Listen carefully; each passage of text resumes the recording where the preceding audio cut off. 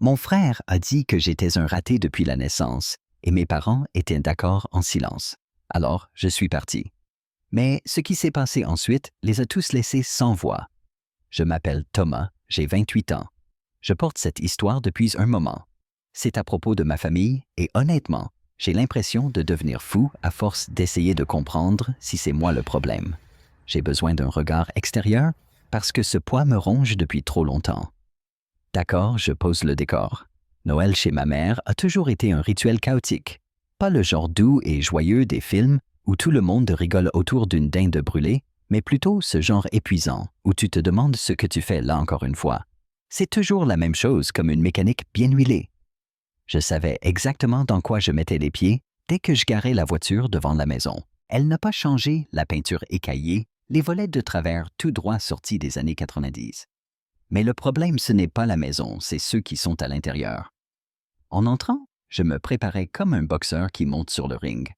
L'odeur de la dinde et de la tarte me frappait. C'était agréable, jusqu'à ce que la voix de maman coupe tout. Elle était déjà dans la cuisine en train de crier sur Claire, ma petite sœur, parce qu'elle avait apporté une tarte aux pommes, au lieu de la tarte à la citrouille. Claire semblait regretter toutes ses décisions de la journée, serrant sa boîte à tarte comme un bouclier. La citrouille, Claire. Personne ne m'écoute ici. Maman leva les bras au ciel, retournant à ce qu'elle était en train de brûler sur la cuisinière. Claire haussa les épaules. C'est tout ce qu'il y avait au magasin. Des excuses, toujours des excuses, grommela maman en claquant une casserole sur le plan de travail. J'ai pensé à ressortir discrètement, mais trop tard. Papa, affalé dans son fauteuil, m'avait déjà repéré. Il regardait à moitié le match de foot gueulant comme si les joueurs l'entendaient. « Tiens donc, regarde qui s'est décidé à venir » grogna-t-il. Avant que je puisse répondre, Julien, mon grand frère, m'a vu. Il était accoudé au comptoir soda à la main sourire narquois. « Thomas, le fils prodigue, revient » lança-t-il en ouvrant les bras comme s'il accueillait un roi. « Qu'est-ce qui s'est passé? »« T'as enfin trouvé le chemin avec Google Maps. »« Ravi de te voir aussi, Julien. » répondis-je, la voix plate, en posant la tarte que j'avais apportée. Julien n'a pas lâché. Toujours célibataire. Pas d'enfant. C'est quoi ton plan, frère? Tu attends un miracle? J'ai esquissé un rire forcé et je l'ai ignoré filant à la cuisine saluer maman. Elle n'a même pas levé les yeux. T'es en retard, a-t-elle dit en remuant quelque chose violemment. Y avait des bouchons? J'ai menti alors que j'avais passé 20 minutes dans la voiture devant la maison à prendre mon courage à deux mains. Le dîner n'était même pas prêt et j'avais déjà l'impression d'être là depuis des heures. Cette maison te tire vers le fond, chaque Noël c'est la même machine à remonter le temps. Rien ne change. Ni les meubles dépareillés, ni l'odeur de vieux tapis, ni surtout les gens. Papa collé à la télé. Julien comme d'habitude, se comportant en maître des lieux. Julien c'est l'enfant doré. Il l'a toujours été. Resté près de la famille mariée jeune des enfants en série. Moi, je suis parti, j'ai trouvé un boulot correct dans une autre ville, et apparemment, je suis devenu la déception familiale. « Hé, Thomas !» crie Julien du salon. « T'es toujours à ton boulot de bureau, ça va la roue du Hamster Corporate. »« Ça va, » je réponds ton neutre. « Ça va, » il répète en ricanant. « Tu rêvais grand avant. Qu'est-ce qui t'est arrivé? » T'étais censé devenir une star. Je l'ignore, je me concentre sur le saladier de chips. C'est plus simple. Claire me rejoint en cuisine, les épaules basses. « Maman pète les plombs » murmure-t-elle. « Elle les a perdus depuis qu'on est petit » je réponds, et Claire étouffe un rire. « Qu'est-ce qu'il a, Julien? » Il est en forme ce soir. Il est toujours en forme. Je lève les yeux au ciel. On croirait que Monsieur Parfait aurait mieux à faire que de me chercher, mais non. Claire hausse les épaules. « Au moins tu vis pas ici. T'as pas à subir ça toute la... T'es mépède. » Elle a raison. Je dois survivre à ce cirque 2 fois l'an. Elle laisse coincée en ville 2 boulots et supporte les critiques de maman. Maman nous interrompt en criant « Claire, où est la sauce? » Comme si le monde s'écroulait. Claire soupire et s'en occupe, me laissant seule. Je me demande combien de temps je dois rester pour que ce soit acceptable socialement de partir. Julien brêle encore. « Thomas, tu vas rester là toute la soirée? » Viens donc faire la causette, c'est Noël. Traduction. Viens que je puisse te chambrer devant tout le monde. Je prends une grande inspiration et je vais au salon. Julien tapote la place à côté de lui sur le canapé, comme si on était meilleurs amis. « Allez, assieds-toi, » dit-il en souriant. « Raconte-nous ta vie passionnante. » Je m'assieds, mais je sais que ce sourire annonce la tempête. Il commence. « Toujours pas de copine, hein? » Papa coupe sans quitter la télé. « Laisse-le, Julien. » Julien rigole. « Quoi, on est en famille, non pas de secret. » Je serre les poings. « Non, Julien, pas de copine. Merci de demander. » Surprise, fait-il, d'un ton sarcastique. Peut-être trop difficile. Maman arrive, essuie ses mains sur un torchon. Le dîner est prêt. Elle coupe Julien avant qu'il n'aille plus loin. Je me lève soulagé, même pour quelques minutes. Le dîner, c'est une pause, mais je sais que le pire n'est pas passé. Julien n'a pas fini. Et au fond, je sais que ce n'est pas que lui. C'est toute la dynamique familiale, Julien le chouchou, moi le vilain petit canard Claire l'oublié maman, la chef d'orchestre. C'est épuisant, mais c'est Noël chez maman, même bazar nouvelle année. S'asseoir à table, c'est comme entrer en guerre, sauf que les armes sont les fourchettes et les piques passives-agressives. Le repas est joli, dinde de maman entrée, mais l'ambiance est tendue, comme le jour où Claire a renversé de la sauce sur le costume de mariage de Julien. Chacun à sa place comme une distribution imposée. Papa en bout de table, silencieux mais dominant. Maman à côté prête à corriger ou culpabiliser. Julien en face de moi, évidemment Claire et moi comblant les trous. Idéal pour que Julien me vise et il ne rate pas une occasion. « Alors Thomas, » commence-t-il, fourchette en l'air, « t'as fini par apprendre à manger de la vraie nourriture? » Je l'ignore, je prends des haricots. « C'est beau, maman. » J'essaie de détourner la conversation. Maman sourit à peine, mais ajoute « Tu pourrais en prendre plus, Thomas. T'es maigre, tu manges assez. » Je vais bien, je dis. J'essaie juste d'être en forme. Julien ricane. En forme, tu fonds à vue d'œil. Certains font du sport, tu sais, tu devrais essayer. Merci du conseil, Julien, je réponds sans relever les yeux. Avec plaisir. Il sourit, content de lui. Claire tente de changer de sujet, et les enfants, Julien. Super. Il bombe le torse. Hugo commence le foot, déjà le meilleur de l'équipe, il a mes gènes évidemment. Et Alice, une vraie flèche première de la classe. C'est super. Claire sourit poliment. Tu dois être fier. Bien sûr, Julien me regarde, mais tout le monde ne comprend pas la parentalité, hein Thomas. Je pose ma fourchette, respire. Oui, Julien, t'as tout compris. Maman intervient fourchette en l'air. Les garçons, pas de dispute, c'est Noël. On ne se dispute pas, fait Julien innocent. On discute. Claire me jette un regard, genre laisse tomber. Je hoche la tête, je picore. Mais les pics continuent plus ou moins subtils. Julien ressort le jour où j'ai raté un contrôle de maths, puis celui où j'ai cassé la tasse préférée de papa. Il a l'archive complète de mes erreurs, prête à ressortir au pire moment. « Alors Thomas, relance-t-il, c'est comment de vivre seul. Pas de compte à rendre, pas de stress, juste toi et tes plats micro-ondes. » Je serre la mâchoire, je souris. Franchement, c'est top. J'adore le calme. « Je parie ?» Il rigole. « T'as toujours été un loup solitaire. Ou juste seul. » Papa finit par intervenir voix grave. « Julien, ça suffit. Laisse-le manger. » Julien lève les mains, fausse innocence. Je plaisante, papa, détends-toi. Maman soupire. « Julien, sois plus gentil avec ton frère. » Mais même son ton manque de conviction. Elle ne me défend pas, elle tente juste de sauver la paix. Julien le sait, il continue de sourire engloutissant sa dinde. Claire, courageuse, tente encore. « Maman, la farce est délicieuse cette année, t'as changé la recette? » Maman s'éclaire un peu. « Oui, j'ai vu ça à la télé, plus de sauge. » « Oh voilà, » coupe Julien en levant les yeux. « Les astuces cuisine de maman. » Thomas prend des notes. Tu apprendras à faire autre chose que des plats surgelés. Je relève la tête, patience envolée. « C'est quoi ton problème, Julien? Toute la soirée, tu me cherches. » Et silence. Même papa relève les yeux indéchiffrables. Julien sourit innocent. Détends-toi, je m'amuse, sois pas susceptible. C'est ton excuse chaque année, je réponds.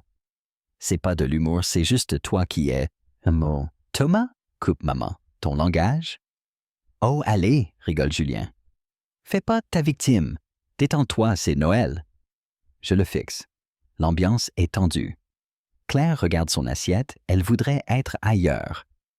Peut-être que si tu passais moins de temps à critiquer les autres, je dis doucement, tu ferais mieux. Le sourire de Julien vacille, puis il se penche, regard dur. Tu veux parler de mieux faire? Genre rester seul dans ton appart à regarder des rediffusions. Julien stop, tranche Claire. Mais Julien continue. Tu fais comme si tu valais mieux que tout le monde, mais sérieusement, Thomas t'a fait quoi de si grand? Qu'est-ce que t'as à montrer? Assez? Gronde papa en cognant la table. Vous vous asseyez, vous vous taisez. Non. Silence total. Même Julien se tait. Je fixe mon assiette sans fin. Maman marmonne un truc sur le dessert, ramasse les plats. Je reste silencieux, poing serré sous la table. Julien sourit encore, mais dans ses yeux, il sait qu'il a dépassé les bornes.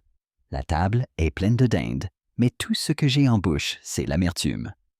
Dîner fini, la soirée est loin d'être terminée. À peine assis sur le canapé, Julien relance son spectacle « Les plus grands ratés de Thomas », avec moi comme cible. Ce n'est jamais assez de gâcher le repas, il doit continuer, et tout le monde fait semblant que c'est normal. Oh, tu te souviens quand Thomas a voulu réparer la tondeuse et a inondé le garage? Il rigole tant qu'il renverse son verre. C'était quoi le plan noyer le moteur? Maman en rajoute. Oh, quelle catastrophe, Thomas, t'as toujours été maladroit. Je t'ai dit d'appeler ton père, mais non, fallait faire tout seul.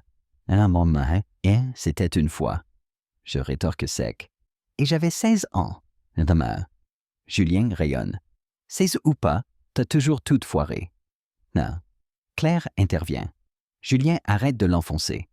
Julien se tourne vers elle. L'enfonceur. Il sait que je rigole, hein, Thomas? Je l'ignore. Je fixe la télé, une vieille série, mais je n'entends rien que la voix de Julien.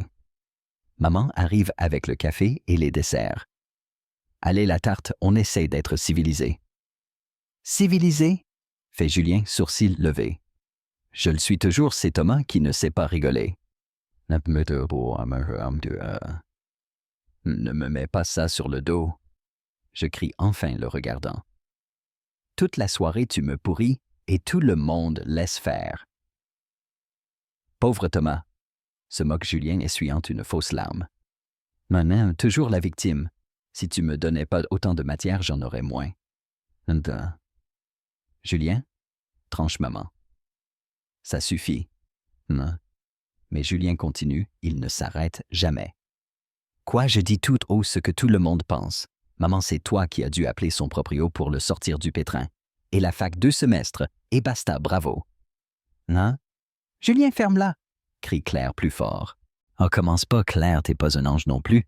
T'as 28 ans et tu vis encore à la cave. T'es juste jalouse que je dise tout haut ce que tout le monde pense. Je vis pas à la cave, hurle Claire rouge. C'est temporaire, tu le sais? Oui, temporaire comme la carrière de Thomas. Je me lève poing serré. T'en as des choses à dire, toi, qui ne vis que pour rabaisser les autres. C'est quoi ton problème, Julien? Si t'es si mal dans ta peau, faut toujours que tu casses. Le sourire de Julien disparaît. Fais gaffe, Thomas. Commence pas un truc que tu ne pourras pas finir. T'inquiète. Pas. Je m'approche. Je peux finir très bien. Papa enfin intervient. Vous vous asseyez, j'en peux plus de vos conneries. Mais pourquoi tu ne dis rien à lui pour une fois? Je pointe Julien. C'est lui qui fout le bordel et vous regardez. M'embarque pas là-dedans, grogne papa. Julien ricane. Tu vois, même papa dit que t'es le problème. Tu sais quoi? Je haussai la voix. Ras-le-bol de toi de cette dynamique où Julien joue au roi et nous, on doit tout encaisser. Maman s'étouffe. Thomas, comment tu parles? Comment j'ose? Comment vous osez laisser faire ça année après année? Vous l'encouragez tous et moi j'en ai assez. Silence. Même Claire voudrait disparaître. Julien sourit, mais cette fois, je m'en fiche. Tu sais quoi, Julien? Ma voix est calme. T'es pas meilleur que nous. T'es juste bruyant, c'est tout. Le jour où tes enfants t'en voudront comme nous, tu comprendras peut-être. Mais d'ici là, va au diable. J'attrape mon manteau et fonce vers la porte. Maman crie « Thomas, tu ne pars pas comme ça. » Regarde-moi bien. Je claque la porte. Je m'assois dans la voiture les mains tremblantes. Mon téléphone vibre sûrement maman ou Claire qui veut que je revienne. Je ne regarde même pas. Pour la première fois, j'ai dit ce qu'il fallait. Julien peut garder son trône, je ne serai plus son punching ball. Mais un doute me ronge. Quelque chose ne va pas. Ce n'est pas fini. Avant de démarrer, la porte claque, Julien sort furieux, pas même de manteau traverse l'allée. J'ouvre la vitre à moitié réflexe. « C'est quoi ton problème ?» hurle-t-il, la vapeur sortant de sa bouche dans le froid. « Maman, mon problème, c'est toi qui cherches les embrouilles toute la soirée. » « On recommence pas. » Il frappe le toit de la voiture. « Tu crois que tu peux partir comme ça faire un caprice et nous laisser nettoyer derrière? » « Nettoyer? » Je ris jaune. « Le seul bazar ici, c'est toi, Julien. Toute ta vie, tu te comportes en sale gosse et personne ne te dit rien. » Julien plisse les yeux prêts à cogner. « Tu te prends pour qui? Tu vaux mieux que nous, t'es un clown. Thomas, t'as toujours été un clown. Mais mieux vaut être un clown qu'un tyran. » Je rétorque, ouvrant la portière sortant. Mon cœur bat fort, mais je ne recule pas. On se fait face dans l'allée tension, à couper au couteau. Julien me domine de sa taille poing serré. Je ne sais pas s'il va cogner ou juste continuer à parler, mais je ne bouge pas. « Retourne dedans, Julien. » Je dis voix basse. « Retourne à ta vie parfaite et laisse-moi tranquille. » « Numberty, ou quoi? » Il s'approche. « Tu vas me frapper? Vas-y, montre que t'es un homme. » Je ne bouge pas main tremblante, mais je ne lui donnerai pas ce plaisir. « Pathétique, » crache Julien. « Même pas capable de te défendre. Pas étonnant que personne ne te respecte. » Maman, là c'est la goutte. Je ne réfléchis même pas, je le pousse violemment. Il recule surpris. « T'es fou ou quoi? » s'écrie-t-il en reprenant son équilibre. « Tu ne me parles plus comme ça. » Je tremble de rage. « J'en ai fini avec toi, Julien. Fini avec tes conneries, fini avec cette famille, fini tout court. » Le visage de Julien se tord. « Tu crois que partir fait de toi quelqu'un de mieux? T'es juste un lâche, tu l'as toujours été, tu le seras toujours. » Mais je préfère être un lâche qu'un bourreau, je réplique. Au moins, je n'ai pas besoin d'écraser les autres pour me sentir exister. La porte s'ouvre. Claire sort pâle. Stop, arrêtez, c'est n'importe quoi. Maman, mêle-toi de tes affaires, Claire, crie Julien sans la regarder. Hors de question, dit-elle en s'interposant. Tu deviens fou, Julien et Thomas, tu n'aides pas. Grandissez un peu. Je recule. C'est pas moi qui ai commencé. Ah, et c'est pas moi qui fuis, réplique Julien. Claire me regarde suppliante. Thomas, reviens à l'intérieur, on va régler ça. Je secoue la tête. Il n'y a rien à régler, Claire.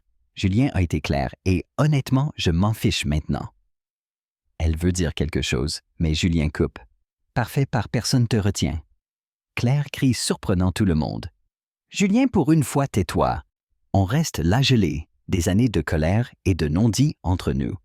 Je regarde la maison, j'attends que maman ou papa sortent, mais la porte reste fermée. Ils n'interviendront pas, ils ne l'ont jamais fait.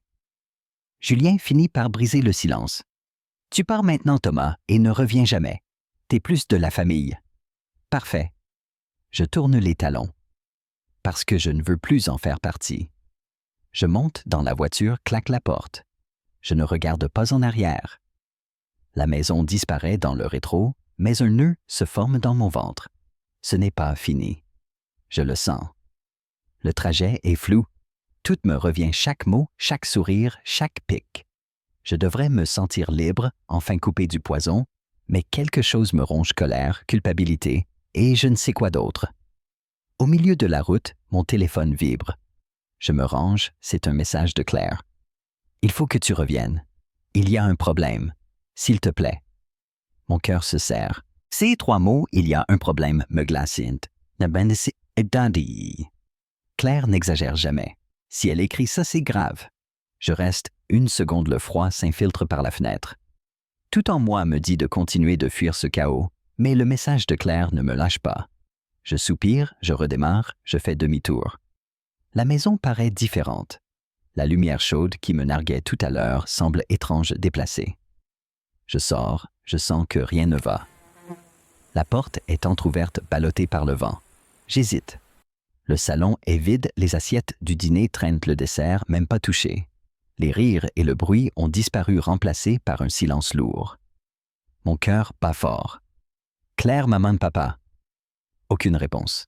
Je traverse la maison, mes pas résonnent sur le parquet. La cuisine est sombre seule, la lumière du frigo éclaire vaguement. Un bourdonnement, mais surtout, ce silence oppressant. Là, j'entends un bruit sourd au fond de la maison. Je me fige, souffle coupé. Je pense à repartir, mais le message de Claire me revient. Si elle a besoin de moi, je ne l'abandonnerai pas. Le couloir paraît interminable. J'arrive devant le bureau de papa, d'où venait le bruit. La porte est entr'ouverte, une lumière faible dessine des ombres étranges. J'ouvre doucement. Julien est là de dos, tenant un cadre photo. Épaules tendues, tête baissée. 1 seconde, je crois qu'il pleure, mais il se retourne. Ce n'est pas de la tristesse, c'est de la rage. « T'es revenu », grogne-t-il.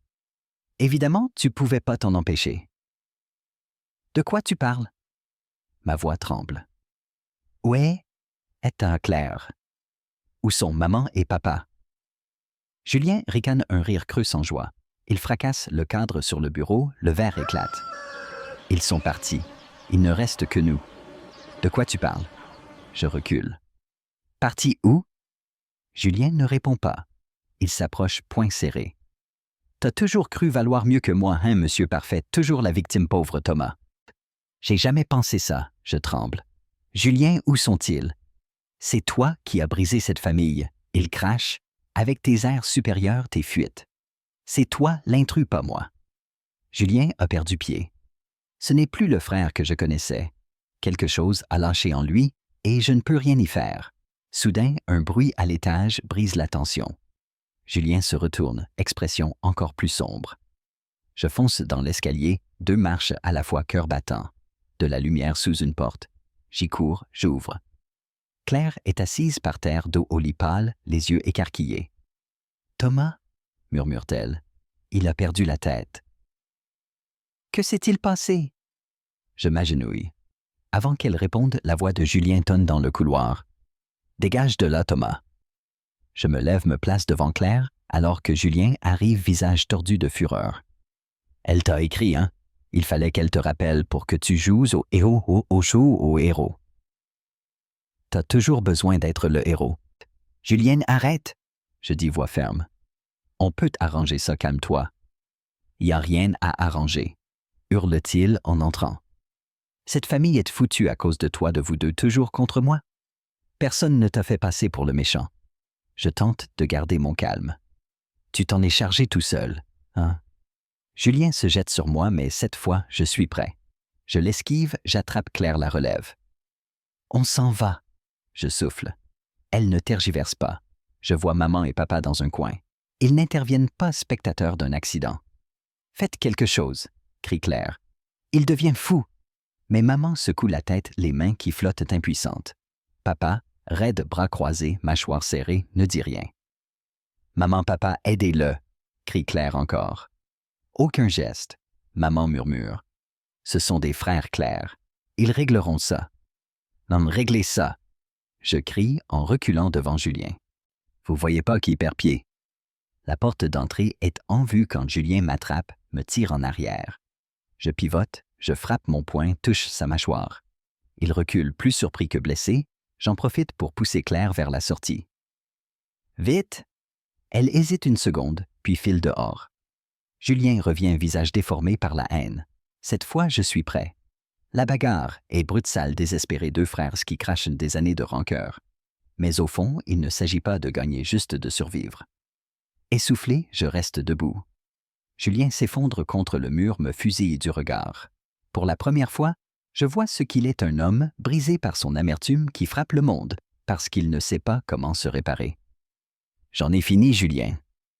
Ma voix est calme mais ferme. Tu ne peux plus me faire de mal. Je pars sans un mot de plus. Claire et moi, on va au bistrot du quartier. On s'installe dans un coin, l'odeur du café flotte. Je crois que je ne pourrai jamais y retourner, dit-elle, la voix tremblante. Tu ne devrais pas, je réponds. Tu ne leur dois rien. Mais c'est quand même maman et papa, chuchote-t-elle main, qui tremble autour de la tasse. Non, je dis fermement. Tes parents protègent leurs enfants.